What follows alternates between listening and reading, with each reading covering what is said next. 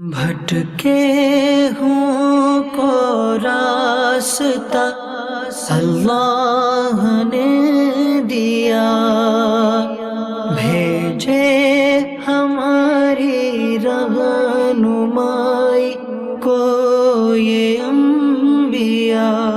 بھٹکے ہوں کو راستہ اللہ نے دیا، بھیجے ہماری رہنمائی کو یہ انبیاء۔ الحمدللہ رب العالمین والصلاة والسلام علی خاتم النبیین، اما بعد فاعوذ باللہ من الشیطان الرجیم، بسم اللہ الرحمن الرحیم۔ الصلاة والسلام علیک یا رسول اللہ وعلی آلک واصحابک یا حبیب اللہ۔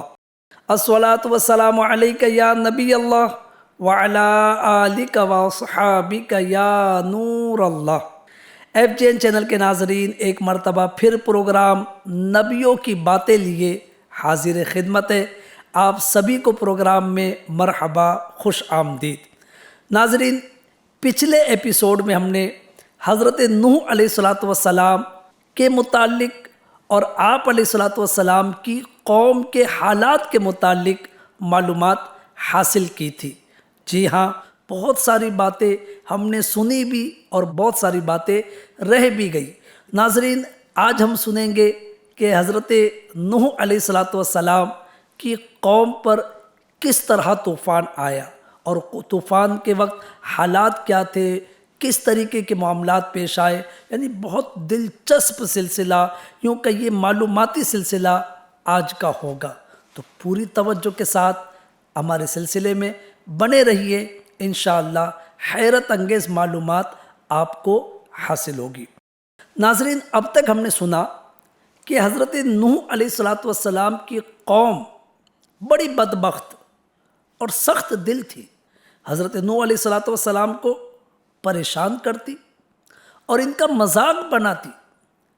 آپ علیہ السلام کے کئی سالوں تک تبلیغ کرنے کے باوجود بھی صرف 70 یا 80 لوگ ایمان لائے اور باقی وہی پرانے حال پر رہے، یعنی انہیں ہدایت کی دولت نصیب نہ ہوئی۔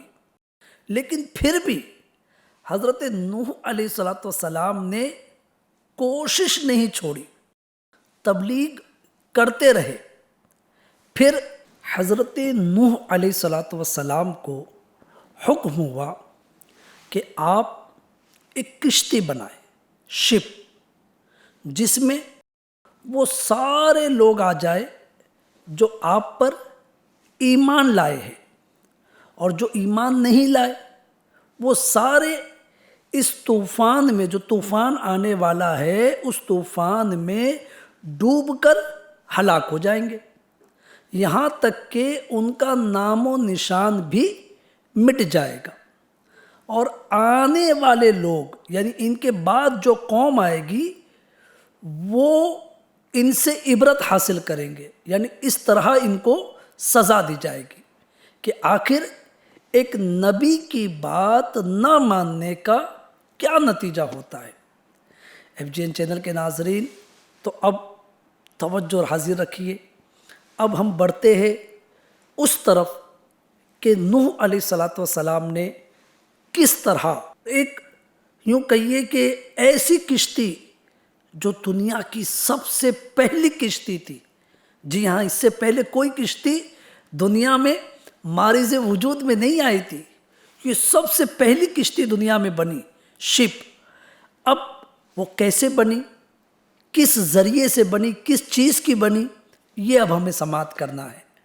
تو ناظرین، حضرت نوح علیہ السلام کی قوم پر طوفان کیسے آیا اور آگے کیا ہوا، یہ اب ہم سماعت کرتے ہیں۔ حضرت نوح علیہ السلام کو جب کشتی بنانے کا حکم ہوا تو آپ نے کیا کیا؟ آپ نے ساگوان کے درخت اگائے جو تقریباً 20 سال 20 ایئرس میں تیار ہوئے اور پھر کشتی بننے کا کام شروع ہوا. یعنی ناظرین آپ پلاننگ دیکھیے کہ کشتی بنانے کے لیے جس درخت کا استعمال ہونا تھا، جس درخت کی لکڑی کا، باقاعدہ اس درخت کی لکڑی کے بیج بوئے گئے، وہ تیار ہوئے 20 سالوں میں، اور اب کشتی بنانے کا کام شروع ہوا. جب حضرت نوح علیہ السلام کشتی بنانے کی تیاری میں لگ جاتے، یعنی اس کے اوزار جمع کرتے اور ساری چیزیں آپ نے شروع کر دی، تو آپ علیہ السلام کی قوم کے لوگ جو وہاں سے گزرتے تھے وہ دیکھتے تو معاذ اللہ ہنس کر کہتے، مذاق اڑاتے اور کہتے کہ اے نوح علیہ السلام اب تم بڑھئی بھی بن گئے معاذ اللہ رب العالمین. یعنی اب تم نے کارپینٹر کا کام شروع کر دیا. پہلے تو تم نبی ہونے کا دعویٰ کرتے تھے. حضرت نوح علیہ السلام کی اس طرح یہ لوگ دل آزاری کرتے تھے چونکہ یہ ہدایت سے دور تھے. حضرت نوح علیہ السلام ان کی ان باتوں کا اس طرح جواب دیتے کہ سنو، اللہ کا عذاب جلد آنے والا ہے، پھر اس وقت ہم تم پر ہنسیں گے جیسے ابھی تم ہم پر ہنس رہے ہو. آج تم ہنس رہے ہو نا ہم پر، لیکن جب عذاب آ جائے گا تو اس وقت کیفیت اس کے برعکس ہوگی. یعنی ہم تم پر ہنس رہے ہوں گے اور جیسے تم آج ہم پر ہنس رہے ہو. ناظرین کرام، بہرحال کشتی بنانے کا کام شروع ہوا. یہ دنیا کی سب سے پہلی کشتی. اچھا، اس کے متعلق کچھ دلچسپ باتیں بھی عرض کرتا ہوں کہ وہ کشتی کی شکل و صورت کیسی تھی، شیپ کیسا تھا، کتنی اس کی چوڑائی تھی، لمبائی تھی. جی ہاں ناظرین اکرام، اس کشتی کی چند خوبیاں عرض کرتا ہوں. یہ کشتی ایک قول کے مطابق 300 گز لمبی، یعنی تقریباً 273 میٹر لمبی، 50 گز چوڑی، 50 گز یعنی 46 میٹر چوڑائی اس کی تھی، اور 300 گز اونچی تھی. یعنی 273 میٹر تقریباً اونچی، یعنی چوڑی اور اونچائی میں سیم تھی، اور جو اس کی چوڑائی تھی وہ 50 گز یعنی 46 میٹر اس کی چوڑائی تھی. اس کشتی کا ناظرین آگے کا حصہ مرغے کے سر جیسا اور پچھلا حصہ مرغے کی دم جیسا تھا، جبکہ نیچے کا حصہ کسی پرندے کے پیٹ کی طرح تھا. کشتی کو تارکول یعنی ڈامر کے ساتھ لیپا گیا تھا، یعنی اس کو باقاعدہ پیسٹ کیا گیا تھا، یعنی اس طریقے سے کہ یہ کھلے نہ، تو تارکول سے، ڈامر سے اس کو لیپا گیا تھا. کشتی میں 3 دروازے تھے ناظرین، جنہیں کشتی کے ساتھ جوڑنے کے لیے لوہے کی کیلوں کا استعمال کیا گیا تھا، اور کشتی میں 3 منزلیں بنائی گئی تھی، یعنی 3 فلور کشتی میں بنائے گئے تھے. سب سے نیچے والی منزل یعنی سب سے نیچے والے فلور میں ناظرین کون تھا؟ یہ درندوں کے لیے اور حشرات الارض یعنی زمینی کیڑے وغیرہ کے لیے یہ فلور تھا، سب سے نیچے والا. جبکہ درمیانی یعنی بیچ والا جو فلور تھا یہ چوپایوں کے لیے، یعنی جو 4 پیر والے جانور جس کو کہہ لیجئے، اس طریقے کے جو جانور تھے ان کے لیے یہ بیچ والا فلور تھا، اور دیگر جانور بھی اسی میں تھے. جبکہ سب سے اوپر والا فلور جو تھا، سب سے اوپر والی جو منزل تھی ناظرین، یہ انسانوں کے لیے تھی. اور اوپر والے درجے ہی میں حضرت سیدنا نوح علیہ السلام، آپ کے ساتھی، اور حضرت آدم علیہ السلام کا جسد مبارک جو عورتوں اور مردوں کے درمیان حائل تھا، یعنی بیچ میں گیپ کر رہا تھا، یعنی اس کی وجہ سے ایک طرف عورتیں اور ایک طرف مرد ہو گئے تھے. اور کھانے وغیرہ کا جو سامان تھا وہ بھی اسی فلور پر تھا. اسی کے ساتھ جو پرندے تھے، چھوٹے پرندے، وہ بھی اسی فلور میں یعنی انسانوں کے ساتھ والے فلور میں سب سے اوپری فلور میں تھے۔ اب ناظرین عذاب کی بات کرتے ہیں۔ یہ بات ذہن نشین رکھے ناظرین، عذاب کسی بھی قوم پر اچانک نہیں آتا، بلکہ اس کی کچھ علامتیں ظاہر ہوتی ہے۔ اللہ تبارک و تعالیٰ نے حضرت نوح علیہ السلام کو بھی یہ بتا دیا تھا کہ اے نوح، عذاب کی یہ نشانی ہوگی۔ کیا نشانیاں تھی ناظرین جو آپ کو بتائی گئی؟ آپ بھی توجہ سے سنیے۔ یعنی حضرت نوح علیہ السلام کو اللہ پاک کی طرف سے جو نشانیاں عذاب کی بتائی گئی، ان میں یہ تھا کہ تنور میں پانی جوش مارتا دکھے گا۔ آگ کا جو تنور تھا اس میں پانی جوش مارتا دکھے گا، تو سمجھ جانا کہ اب عذاب آ رہا ہے۔ یعنی یہ نشانی آپ کو بتائی گئی تھی۔ جب ناظرین تنور میں پانی نے جوش مارا تو اللہ تعالیٰ نے حضرت نوح علیہ السلام کو چند چیزیں کشتی میں سوار کرنے کا حکم ارشاد فرمایا۔ یعنی اب عذاب آنے ہی والا ہے، تو کس کس چیز کو، کیا کیا چیزوں کو کشتی میں لینا ہے، اس کے متعلق آپ کی رہنمائی کی گئی۔ حضرت حسن فرماتے ہیں کہ حضرت نوح علیہ السلام نے اپنے ساتھ ان تمام جانوروں کا ایک ایک جوڑا کشتی میں سوار کر لیا جو بچے جنتے یا انڈے دیتے تھے۔ تو اس طرح کے جو جتنے جانور تھے ان سب کا ایک ایک جوڑا آپ نے کشتی میں سوار کر لیا۔ جانور آپ علیہ السلام کے پاس آتے اور آپ علیہ السلام دائیں ہاتھ سے یعنی رائٹ ہینڈ سے نر اور بائیں ہاتھ سے مادہ کو پکڑ کر سوار کرتے جاتے تھے۔ یعنی اس طرح نر اور مادہ آپ کی کشتی میں سوار ہوتے گئے۔ اس کے بعد ناظرین جب کشتی میں سب سوار ہو گئے، یعنی جن جن کو حکم تھا یا جو جو سوار ہونے والے تھے سب سوار ہو گئے، اب طوفان آنا شروع ہوا۔ جی ہاں، چونکہ تنور میں پانی پہلے ابل چکا تھا، علامت ظاہر ہو چکی تھی، جن کو کشتی میں سوار ہونا تھا وہ بھی ہو چکے تھے، جو ہمیشہ کے لیے بدبخت تھے، جن کی نصیب میں ایمان نہیں تھا وہ رہ گئے تھے۔ اب طوفان کی ابتدا ہوئی، وہ اس طرح ناظرین کہ زمین پھٹ پڑی اور جگہ جگہ سے پانی ابھر کر آ رہا ہے۔ یعنی تصور کرے ناظرین، سوچے کہ اچانک زمین پھٹ جائے اور زمین کے اندر کا پانی ابلنے لگے، کتنی حیرت ہوگی نا یہ منظر دیکھ کر۔ تو اس طرح طوفان کی ابتدا ہوئی، زمین پھٹ رہی ہے اور جگہ جگہ سے پانی ابل رہا ہے، اوپر آ رہا ہے، اور ہر جگہ پانی کے جھرنے جاری ہو گئے اور بارش موسلا دھار کنٹینیو جاری ہو گئی، یہاں تک کہ ناظرین ایک دن، 2 دن، 1 ہفتہ، 2 ہفتہ نہیں بلکہ 40 دن تک کنٹینیو بارش برستی رہی اور ہر طرف ساری دنیا میں پانی بھر گیا۔ اب آپ سوچئے ناظرین کہ 40 دن جب کنٹینیو بارش ہو، مسلسل بارش ہو، کتنا پانی برسا ہوگا۔ جی ہاں، ساری دنیا یوں کہیے کہ زیر آب ہو گئی، پانی ہی پانی، پانی ہی پانی۔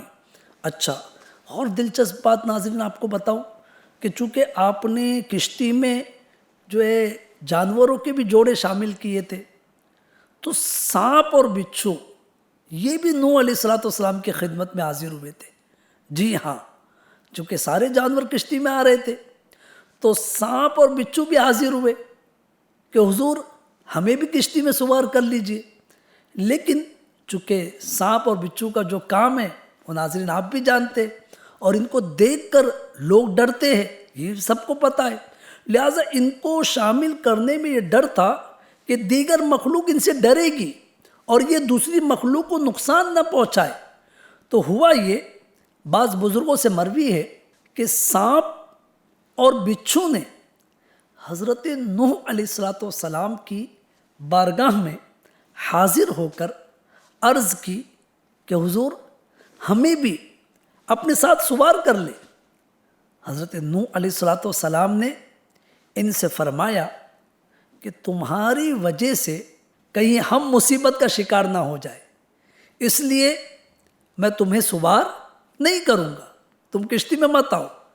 اب چونکہ انہیں آنا تھا، یہ بھی اللہ کی مخلوق ہے، تو ہوا یہ ناظرین کہ انہوں نے یعنی سانپوں اور بچھوؤں نے اس بات کی ضمانت دی کہ اے نوح علیہ السلام، اے اللہ کے نبی، جو آپ کا ذکر کرے گا ہم اسے کوئی نقصان نہ پہنچائیں گے۔ اللہ اکبر۔ ناظرین کیا شان ہے اللہ والوں کی، اور کیا شان ہے ہمارے پروردگار عز و جل کی، اور اس نے کس طرح اپنے برگزیدہ بندوں کو موذی سے یعنی نقصان پہنچانے والوں سے محفوظ فرمایا ہے۔ تو ہوا یہ ناظرین کہ انہوں نے یعنی سانپوں اور بچھوؤں نے یہ کہا کہ اے نوح علیہ السلام، جو آپ کا ذکر کرے گا، جو آپ کا نام لے گا، ہم اسے کوئی نقصان نہ پہنچائیں گے۔ لہٰذا جسے اب سنیے آپ ناظرین، دنیا میں بھی سانپوں سے ڈر لگتا ہے، بچھوؤں سے ڈر لگتا ہے، اور ایک فطری بات ہے، سیدھی سی بات ہے کہ بندہ ان کو دیکھ کے ڈر جاتا ہے۔ لیکن اگر آپ یہ چاہتے ہیں کہ ان کا خوف آپ کے دلوں سے نکل جائے، یا یہ آپ کو کوئی نقصان نہ پہنچائے، کسی جگہ پر ایسا ہوتا ہے کہ سانپوں کا بچھوؤں کا خوف ہوتا ہے، ان کے نقصان کا اندیشہ ہوتا ہے، تو ماشاءاللہ بزرگان دین نے بڑی پیاری بات فرمائی ہے کہ جسے سانپ اور بچھو سے نقصان پہنچنے کا خوف ہو تو وہ قرآن پاک کی یہ آیت مبارکہ پڑھ لے۔ کون سی آیت مبارکہ؟ سلام علی نوح فی العالمین۔ ترجمہ، تمام جہان والوں میں نوح پر سلام ہو، تو اسے انشاءاللہ عز و جل سانپ اور بچھو سے کوئی نقصان نہ پہنچے گا۔ تو ناظرین قرآن پاک کی یہ آیت مبارکہ بالکل توجہ میں، اور کئی گھروں پر آپ نے دیکھا ہوگا، میں نے بھی دیکھا ہے، اس کے اسٹیکرز بھی ملتے ہیں کہ گھروں پر یہ اسٹیکرز لگے ہوتے ہیں، سلام علی نوح فی العالمین۔ ترجمہ، تمام جہان والوں میں نوح پر سلام ہو۔ تو یہ مقصد ہوتا ہے اس آیت مبارکہ کو گیٹ پر لکھنے کا، دروازوں پر لکھنے کا، یا اس کا اسٹیکر لگانے کا، تاکہ یہ گھر اور اس گھر کے مکین سانپوں اور بچھوؤں کے نقصان سے محفوظ رہے۔ FJN چینل کے ناظرین، اب طوفان کس طرح آیا یہ سماعت کرتے ہیں۔ بڑی عبرت والی بات ہے ناظرین کہ جب عذاب آیا تو آسمان سے سخت بارش برسی اور 40 دن تک برستی رہی، نان اسٹاپ، کنٹینیو 40 دن تک بارش مسلسل برستی رہی، اور زمین سے بھی چشمے جاری ہو گئے، پہاڑوں سے بھی بلند پانی ہو گیا۔ یعنی آپ ناظرین اندازہ کر سکتے ہیں کہ کنٹینیو 40 دن بارش برسی اور پھر زمین سے بھی چشمے ابل رہے، تو کتنا پانی ہو گیا، تو پہاڑ بھی پانی میں ڈوب گئے، پانی پہاڑوں سے بلند ہو گیا، ہر چیز ڈوب گئی۔ ہاں، حضرت نوح علیہ السلام کی کشتی اسی پانی اور سیلاب کی لہروں میں چل رہی تھی۔ یہ ہمارے رب کی قدرت ہے۔ اللہ پاک جس کو چاہتا ہے، جس طرح چاہتا ہے بچاتا ہے، اور جس کو چاہتا ہے جس طرح چاہتا ہے آزمائش میں مبتلا کرتا ہے۔ ہم اللہ پاک سے التجا کرتے ہیں کہ اے رب کریم، ہمیں ہمیشہ اپنی رحمتوں کے سائے میں رکھ، آزمائشوں سے محفوظ فرما۔ ناظرین طوفان کے متعلق مزید عرض کروں کہ حضرت نوح علیہ السلام کے خاندان کے افراد میں سے آپ کا ایک بیٹا تھا، وہ اظہار اسلام کرتا تھا، یعنی اپنے مسلمان ہونے کا اظہار کرتا تھا، اس وجہ سے حضرت نوح علیہ السلام اسے مسلمان ہی سمجھتے تھے، لیکن در حقیقت یہ منافق تھا۔ طوفان کے وقت یہ کشتی سے باہر ایک کنارے پر کھڑا تھا، حضرت نوح علیہ السلام نے اسے پکار کر کہا، اے میرے بیٹے، تو ہمارے ساتھ کشتی میں سوار ہو جا اور بے دینوں کے ساتھ نہ ہو۔ حضرت نوح علیہ السلام کی پکار سن کر کشتی میں سوار ہونے کے بجائے یہ جواب دیا کہ میں ابھی پہاڑ کی پناہ لے لیتا ہوں اور اس طرح میں پانی سے بچ جاؤں گا، یعنی میں آپ کے ساتھ کشتی میں سوار نہیں ہوں گا۔ جو نافرمان لوگ تھے، جو عذر پیش کر رہے تھے، اسی طرح اس نے بھی عذر بہانہ پیش کر کے کشتی میں سوار نہ ہوا۔ اللہ اکبر۔ حضرت نوح علیہ السلام نے اس سے فرمایا، آج کے دن عذاب الہی سے کوئی بچانے والا نہیں، صرف وہی ڈوبنے سے بچ سکتا ہے جس پر اللہ تعالی رحم فرمائے۔ حضرت نوح علیہ السلام اور ان کے بیٹے کے درمیان آخرکار ایک لہر بلند ہو کر حائل ہو گئی، یعنی اس نے آپ کی بات نہ مانی، آپ نے اس کو سمجھایا لیکن اس نے انکار ہی کیا۔ آخرکار پانی کی ایک لہر ان دونوں کے درمیان حائل ہوئی، بیچ میں آ گئی اور اس میں ڈوب کر اپنے انجام کو پہنچ گیا، یعنی وہ بھی ایمان نہ لایا اور ڈوبنے والوں میں سے ہو گیا۔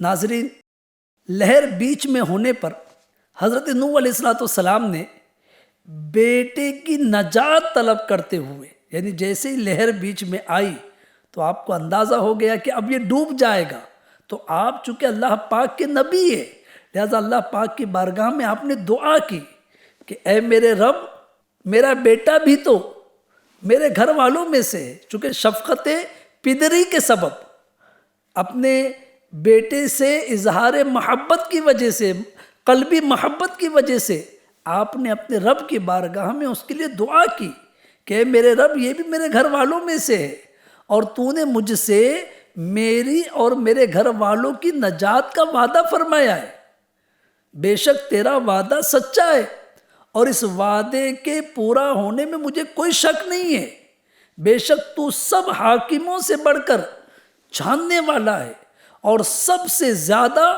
عدل فرمانے والا ہے۔ آپ علیہ السلام کی اس دعا کے جواب میں اللہ پاک نے کیا ارشاد فرمایا؟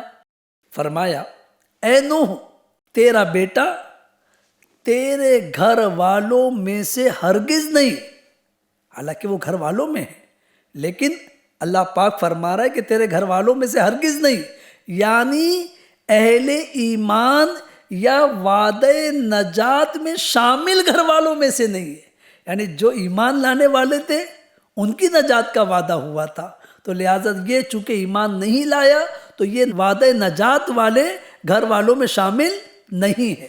خیر، اس کا عمل چونکہ درست نہیں ہے کیونکہ وہ بیٹا حقیقت میں بے دین تھا، لہٰذا ایسے شخص کی سفارش نہ کرو جس کا تمہیں علم نہیں۔ یہ اللہ تعالیٰ نے حضرت نوح علیہ السلام سے فرمایا کہ ایسے شخص کی سفارش نہ کرو جس کا تمہیں علم نہیں۔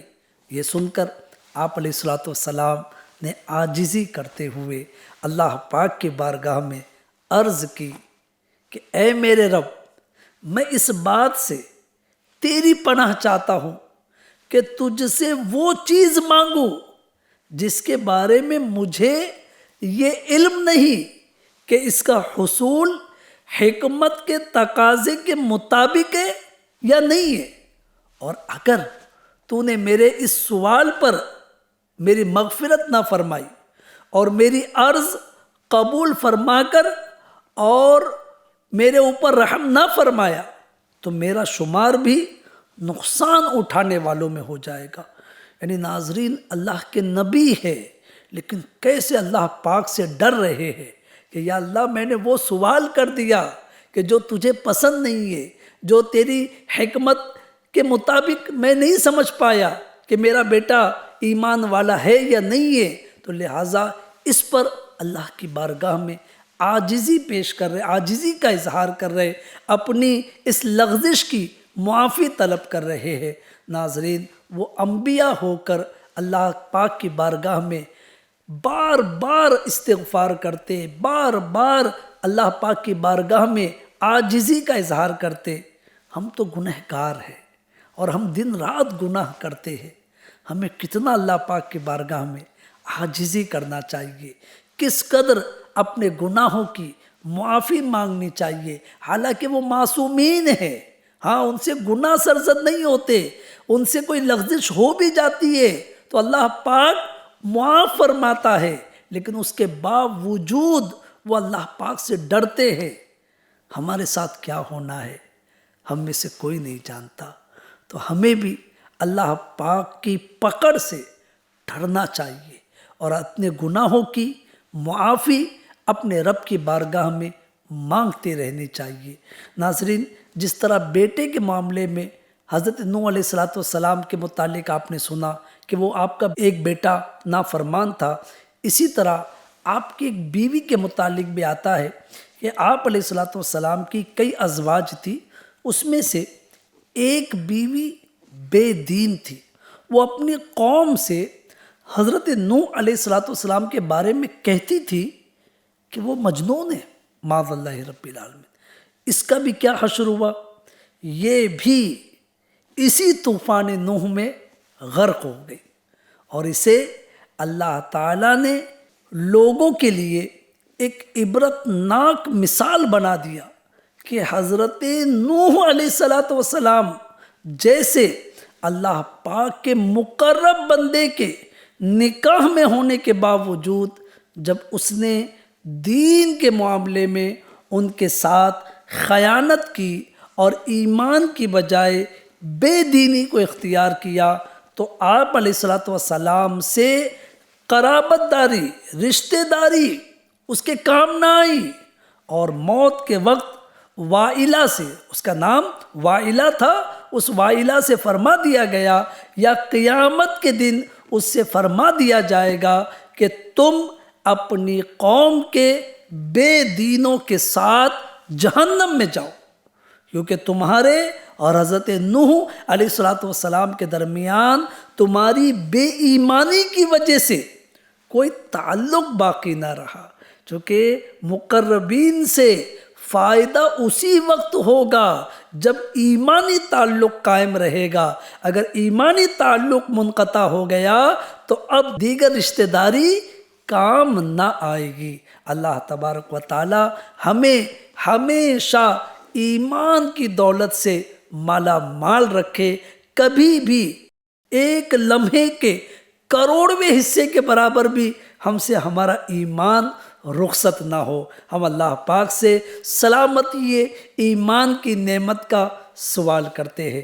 ناظرین، اب جب طوفان، چونکہ اب طوفان جاری ہے، کشتی چل رہی ہے، پانی برس رہا ہے، زمین بھی پانی اگل رہی ہے، ساری دنیا میں پانی ہی پانی، اور سب اس میں غرق ہے سوائے کشتی نوح کے۔ جو کشتی میں سوار ہو گیا وہ بچ گیا۔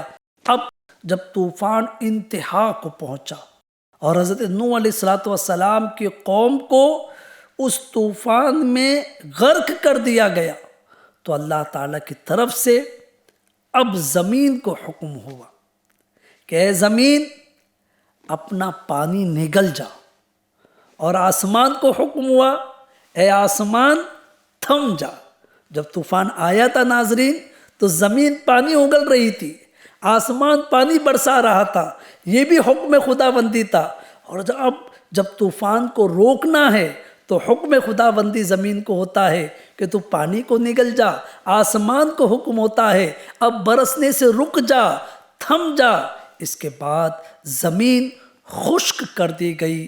یوں حضرت نوح علیہ السلام کی قوم مکمل طور پر ہلاک ہو گئی، جبکہ حضرت نوح علیہ السلام کی کشتی 6 مہینے، جی ہاں ناظرین، 6 منتھ، 6 مہینے زمین میں گھوم کر موصل یا شام کی حدود میں واقع جودی پہاڑ پر ٹھہر گئی۔ اس طرح ناظرین کنٹینیو 6 مہینے کشتی کا سفر جاری رہا اور طوفان 6 مہینے تک رہا۔ جب طوفان رکا تو اب کشتی جودی پہاڑ پر ٹھہر گئی۔ ناظرین جب زمین سے پانی خشک ہو گیا، اس پر چلنا پھرنا ممکن ہو گیا، چونکہ پانی کی وجہ سے چل نہیں سکتے تھے، لیکن اب زمین خشک ہوئی، سوکھ گئی اور چلنا پھرنا پاسبل ہو گیا، ممکن ہو گیا۔ تو اب اللہ تبارک و تعالیٰ نے حضرت نوح علیہ السلام سے فرمایا، اے نوح، تم ہماری طرف سے سلامتی اور برکتوں کے ساتھ کشتی سے اتر جاؤ۔ سبحان اللہ، کشتی میں بھی سوار رہے تو سلامت رہے، اب سلامتی اور برکتوں کے ساتھ کشتی سے اتر جاؤ، اور تمہارے ساتھیوں کی جماعت پر بھی سلامتی اور برکتیں ہیں۔ اس کے ساتھ یہ بھی فرمایا کہ دنیا میں، اب ناظرین بڑی قابل توجہ بات ہے، جی ہاں، کیا فرمایا اللہ پاک نے؟ فرمایا کہ دنیا میں کچھ جماعتیں ایسی بھی ہوگی جنہیں اللہ تعالیٰ ان کی مقررہ مدتوں تک فراخی عیش اور وسعت رزق عطا فرمائے گا۔ بہت فراوانی ہوگی ان کے پاس، مال و دولت کی فراوانی، عیش و عشرت کی فراوانی، عزت کی فراوانی بہت ہوگی۔ تو یہ اللہ تعالیٰ کا نظام ہے کہ دنیا میں کچھ ایسی قومیں ہوگی کہ ایک لیمیٹڈ پیریڈ، لیمیٹڈ ٹائم تک ان کے پاس فراخی عیش و عشرت ہوگی، وسعت رزق ہوگی۔ اللہ تبارک و تعالیٰ انہیں اس طرح عیش و آرام میں رکھے گا، پھر انہیں اللہ تعالیٰ کی طرف سے آخرت میں دردناک عذاب پہنچے گا۔ اللہ اکبر۔ کشتی نوح کس دن رکی تھی ناظرین؟ پہاڑ پر، جودی پہاڑ پر۔ طوفان کس دن تھما تھا؟ کہ 10ویں محرم کو 6 مہینے کے بعد سفینہ مبارک جودی پہاڑ پر ٹھہرا۔ سب لوگ پہاڑ سے اترے اور پہلا شہر جو بسایا گیا، جی ہاں ناظرین، فرسٹ سٹی آف جو ہے دنیا کی پہلی سٹی جو آباد ہو رہی ہے، جو شہر آباد ہو رہا ہے، کیونکہ سب ختم ہو گیا نا، پانی تھا، سب کچھ ڈوب گیا، سب کچھ ختم ہو گیا۔ اب جو پہلا شہر آباد ہو رہا ہے اس کا نام رکھا گیا سوق الثمانین۔ جی ہاں، سوق الثمانین نامی شہر آباد کیا گیا، بسایا گیا۔ یہ بستی جبل نہاوند کے قریب متصل موصل میں واقع ہے۔ اس طوفان میں یوں تو سب ختم ہو گیا، صرف 2 عمارتیں ناظرین، جی ہاں، صرف 2 عمارتیں مثل گنبد و مینار باقی رہ گئی، جنہیں کچھ نقصان نہ پہنچا۔ اس وقت روئے زمین پر سوائے ان 2 عمارت کے اور کچھ بھی نہ رہا۔ اچھا، ایک اور بات ناظرین کہ طوفان تو 6 مہینے رہا۔ حضرت نوح علیہ السلام نے اتنا طویل عرصہ، آپ نے پہلے بھی سنا ہوگا پہلے کے ایپیسوڈ میں، کہ تقریباً 950 سال آپ نے تبلیغ فرمائی۔ تو آپ کے ذہن میں سوال آ رہا ہوگا ناظرین کہ حضرت نوح علیہ السلام کی عمر مبارک کتنی سال ہوئی؟ آئیے یہ بھی معلوماتی سوال کا جواب اپنے اس ایپیسوڈ میں ہی سنتے ہیں۔ حضرت عبداللہ بن عباس رضی اللہ تعالیٰ عنہ، جو صحابی رسول ہے، مفسر قرآن ہے، یہ فرماتے ہیں کہ حضرت نوح علیہ السلام 40 سال کی عمر میں مبعوث ہوئے، یعنی آپ نے اعلان نبوت 40 سال کی عمر میں فرمایا، اور 950 سال اپنی قوم کو دعوت فرماتے رہے، یعنی قوم کو دعوت دیتے رہے، تبلیغ دین فرماتے رہے۔ اور طوفان کے بعد 60 برس 60 ایئرس آپ مزید دنیا میں ظاہری طور پر حیات رہے۔ تو اس طرح 40 سال کی عمر میں اعلان نبوت، 950 سال تبلیغ دین، اور پھر بعد میں 60 ایئرس، یعنی کل ملا کر آپ کی عمر مبارک 1050 سال کی ہوئی۔ خود ہمارے پیارے آقا صلی اللہ علیہ وآلہ وسلم نے ارشاد فرمایا، حضرت آدم علیہ السلام کی اولاد میں بہترین افراد 5 ہیں۔ آدم علیہ السلام کی اولاد میں سب سے بہترین افراد کہہ لے 5 ہیں۔ کون کون؟ نمبر 1 حضرت نوح علیہ السلام، نمبر 2 حضرت ابراہیم علیہ السلام، نمبر 3 حضرت موسیٰ علیہ السلام، نمبر 4 حضرت عیسیٰ علیہ السلام، اور 5ویں نمبر پر ہمارے پیارے آقا محمد مصطفیٰ صلی اللہ علیہ وآلہ وسلم۔ FGN چینل کے ناظرین، یہ تھی حضرت نوح علیہ السلام کی سیرت مبارک اور آپ کی قوم کے حالات۔ آپ نے طوفان نوح کے بارے میں سنا اور حضرت نوح علیہ السلام کی بیوی اور بیٹے کا بھی ذکر سنا جو کہ بے دین تھے اور ہلاک ہو گئے۔ حضرت نوح علیہ السلام کی قوم سب سے پہلی قوم ہے جس پر عذاب نازل ہوا۔ جی ہاں ناظرین، ان سب باتوں میں بڑی عبرت ہے کہ سب سے پہلی زمین پر وہ قوم جس پر اللہ پاک کا آسمان سے عذاب نازل ہوا وہ حضرت نوح علیہ السلام کی قوم ہے، اور آپ سب سے پہلے رسول ہیں جو غیروں کی طرف بھیجے گئے ان کی اصلاح و ہدایت کے لیے۔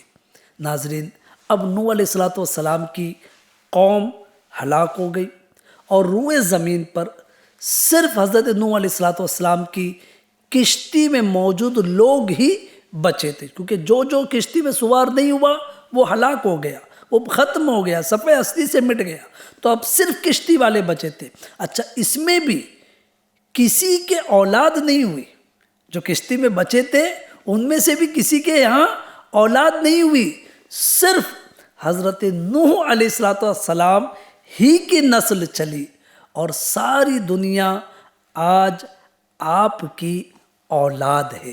اسی لیے حضرت نوح علیہ السلام کو آدم ثانی بھی کہا جاتا ہے۔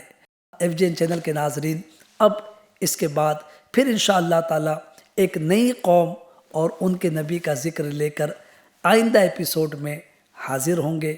چونکہ ابھی ہمارے سلسلے کا وقت تقریباً مکمل ہوا، لہٰذا اجازت چاہتے ہیں۔ اپنا بہت خیال رکھیے، FGN چینل دیکھتے رہیے اور اس کی دعوت عام کرتے رہیے۔ صلو علی الحبیب صلی اللہ علی محمد وعلی آلہ واصحابہ وبارک وسلم۔ بھٹکے ہوں کو راستہ اللہ نے دیا، بھیجے ہماری رہنمائی کو یہ انبیاء۔ بھٹکے ہوں کو راستہ اللہ